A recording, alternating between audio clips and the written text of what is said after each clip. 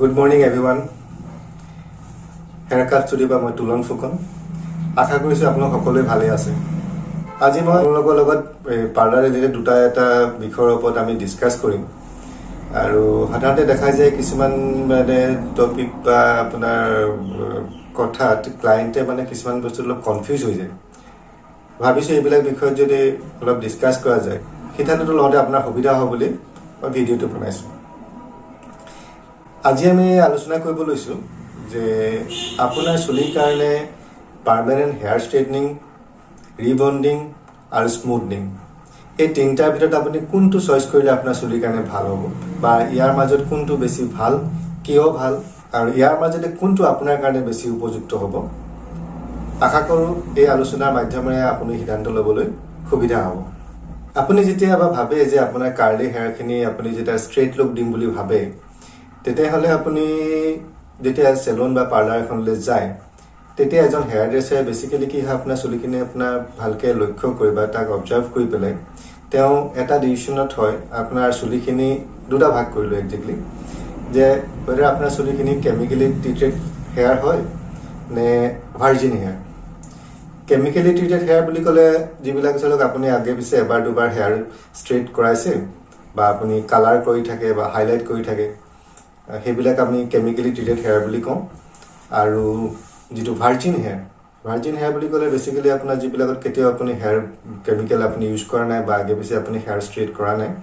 তো এই দুটা ভাগত আপোনাৰ প্ৰথমতে ডিসাইড কৰিব লাগে যে কোনটো ভাগত আপোনাৰ চুলিখিনি পৰে প্ৰথমতে আপুনি একদম সমুখে আপুনি যদি সিদ্ধান্ত ল'ব বিচাৰে তেতিয়া প্ৰথম হ'ব লাগিব যে আপোনাৰ চুলিখিনি ভাৰ্জিন হেয়াৰ হয় নে কেমিক্যালি ট্ৰিটেড হেয়াৰ হয় কেমিক্যালি ট্ৰিটেড যদি আপোনাৰ চুলিখিনি হয় তেতিয়াহলে আপুনি হেয়াৰ স্মুথনিং যদি আপুনি যেটো ট্ৰিটমেন্ট হয় হেতু ট্ৰিটমেন্ট আপুনি কৰোৱাটো উচিত আৰু যদি আপোনাৰ চুলিখিনি ভাৰ্জিন হেয়াৰ হয় আৰু আপোনাৰ চুলিখিনি কাৰ্লি হেয়াৰ আপুনি যদি বিচাৰিছে তাক এটা ষ্ট্ৰেট লুক তেতিয়াহলে আপুনি পাৰ্মানেন্ট হেয়াৰ স্ট্ৰেটনিং নহলে ৰিবন্ডিং কৰোৱাটো উচিত এতিয়া মই ক'ব বিচাৰিছো এই তিনটাৰ মাজত আপোনাৰ পাৰ্থক্য কি বা কোনটো ভাল বা ইয়াৰ প্ৰসিডিউৰ কেনেকুৱা থাকে একচুয়ালি কি হয় মই আপোনাক ক'ব বিচাৰিছো স্মুথ হেয়াৰ যেটো স্মুথনিং বুলা কোৱা যায় হেতু বেসিক্যালি এটা ট্ৰিটমেন্ট হয় প্ৰটিন ট্ৰিটমেন্ট হয় আৰু এটো কৰা যায় অকল মানে ভাৰ্জিন কেমিক্যালি ট্ৰিটেড হেয়াৰ কাৰণে যিবিলাক চুলি ড্ৰাই ড্যামেজ হয় প্ৰটিনটো আপোনাৰ ড্যামেজ হয় তাৰ কাৰণে কি হয় তাত আমি প্ৰটিনটো তাত ডিপোজিট কৰা হয় তেতিয়া চুলিখিনি হেলদি হয় আৰু সম এক্সটেন্ট আপোনাক টেম্পৰ অলপ দিনৰ কাৰণে আপোনাক এটা ষ্ট্ৰেট লুক দিয়ে ই পাৰ্মানেন্ট আপোনাক ষ্ট্ৰেট লুক নিদিয়ে ইয়াক চুলিখিনি কেয়াৰ ল'বৰ কাৰণে সুবিধা হয় আৰু ঠিক তেনেকৈ যদি আপুনি হেয়াৰ স্মুথ হেয়াৰ ৰিবন্ডিং বা পাৰ্মানেন্ট স্ট্ৰেটনিং যদি কৰিবলৈ যায় তেতিয়া আকৌ তাত আপোনাৰ কেমিক্যালটো ডিফাৰেন্ট হয় আৰু ইয়াৰ লগত থাকি হি এটা লং লাস্টিং এটা আপোনাক এফেক্ট এটা দিয়ে বা হেয়াৰ টু ষ্ট্ৰেট লং মানে ধৰি লওক অলমোস্ট 1 year মান আপোনাৰ এটো থাকে ষ্ট্ৰেট লুকসটো কিন্তু স্মুথনিংত হেতু নাথাকে এতিয়া আপুনি প্ৰথমতে ডিসাইড কৰিব লাগিব যে আপোনাৰ চুলিখিনি কি বিচাৰে আপুনি কেয়াৰ লোৱাটো বিচাৰে নে আপুনি তাক এটা ষ্ট্ৰেট লুক দিব যদি নিজে চুলিটো যদি ষ্ট্ৰেট কৰিব বিচাৰে তেতিয়া আপুনি নিজে ডিসাইড কৰিব নোৱাৰে যে আপুনি একজেক্টলি কি কৰাব স্মুথনিং কৰাব নে ৰিবন্ডিং কৰাব নে এটো ডিপেন্ড কৰিব আপোনাৰ একজেক্টলি আপোনাৰ হেয়াৰ টেক্সচাৰটো ওপৰত হেয়াৰ কন্ডিশনটো ওপৰত এতিয়া মই আপোনাক এই তিনটাৰ মাজত মই ডিফাৰেন্সটো ক'ব গৈছো যে এক কথাত ক'বলৈ গ'লে পার্মানেন্ট হেয়ার স্ট্রেটনিং রিবন্ডিং দুইটা একে হোৱা কাৰণটো কি তাত আপোনাৰ কেমিক্যাল যেটো মানে যি কেমিক্যাল ইউজ কৰা যায় আৰু যেটো কৰাৰ যেটো প্ৰসিডিউৰ এটো অলমোস্ট একেই তাত কোনো এটা ভেৰিয়েশন নাথাকে তো এই কাৰণে মই ভাবো যে এই দুইটা সাৰ্ভিস অলমোস্ট একেই আপুনি তাত এতিয়া ভাৰ্জিন হেয়াৰ কাৰণে এটো এপ্লিকেবল হয় আৰু আপুনি যিকোনো ভাৰ্জিন হেয়াৰতে আপুনি এই দুটা কৰিব পাৰে তাত কোনো কথা নাই হয়তো নামটোৱে কোনোবাই ক'ব পাৰে হেয়াৰ স্ট্ৰেটনিং কৰিছে বুলি আৰু কোনোবাই ক'ব পাৰে ৰিবন্ডিং কৰিছে বুলি ৰিবন্ডিং আৰু স্ট্ৰেটনিং শব্দটো কি হয় যে আপোনাৰ চুলিত তিনটা বন্ডস থাকে হাইড্ৰোজেন সল্ট এন্ড ডিসালফাইড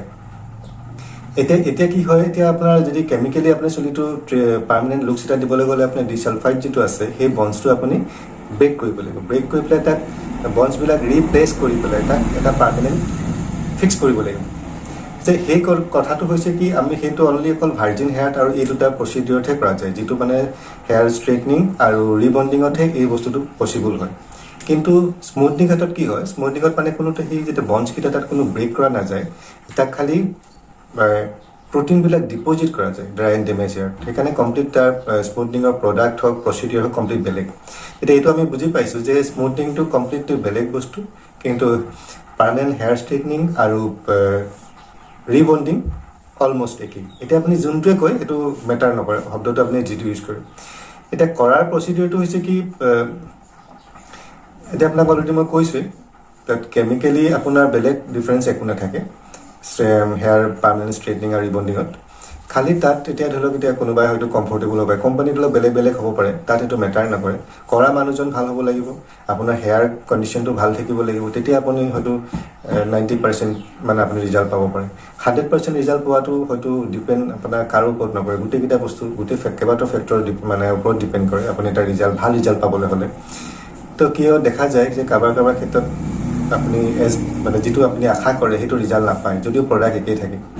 সেইটো ডিপেণ্ড কৰে আপোনাৰ একচুৱেলি ক্লায়েণ্টৰ চুলিৰ টেক্সাৰটোৰ ওপৰত। তাত যদি কিছুমান কটেড থাকে, হেনাই হওক বা এনেকুৱা কিছুমান এলিমেণ্ট কটেড বহি পেলাই আপোনাৰ চুলিটো আপুনি কেমিকেলটো ভিতৰলৈ যাব নোৱাৰে। চ' সেইকাৰণে আপুনি ৰিজাল্টটো বৰ বেছি মেন টু মেন আপোনাৰ ভেৰি হয়। চ' এতিয়া আমি ক'ব বিচাৰিছোঁ যে আপোনাৰ চুলিৰ টেক্সাৰ, টাইপ, কণ্ডিশ্যন এইকেইটাৰ ওপৰত ভিত্তি কৰি আপুনি ডিচিশ্যনটো ল'ব লাগিব।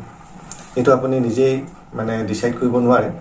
এইটো চুলিৰ ওপৰত ডিপেণ্ড কৰিহে আপুনি ছাৰ্ভিচটো মানে কোনটো ট্ৰিটমেণ্ট ল'ব এইটো আপুনি ডিচাইড কৰিব পাৰে। আজি আমি যিখিনি কথা আলোচনা কৰিলোঁ, ইয়াৰ পৰা হয়তো আমি এটা থুলমূল আভাস এটা ল'বলৈ সুবিধা হ'ব যে স্মুথনিংটো কমপ্লিট এটা ট্ৰিটমেণ্ট, আপোনাৰ হেয়াৰ ট্ৰিটমেণ্ট হয়। তাৰ কাৰণে চুলি কেয়াৰৰ কাৰণে আপুনি এইটো কৰিব পাৰে। আৰু যদি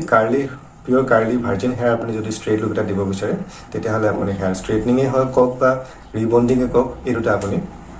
চইচ কৰিব পাৰে। আজিলৈ সামৰিছোঁ, আকৌ লগ পোৱাৰ আশাৰে ধন্যবাদ।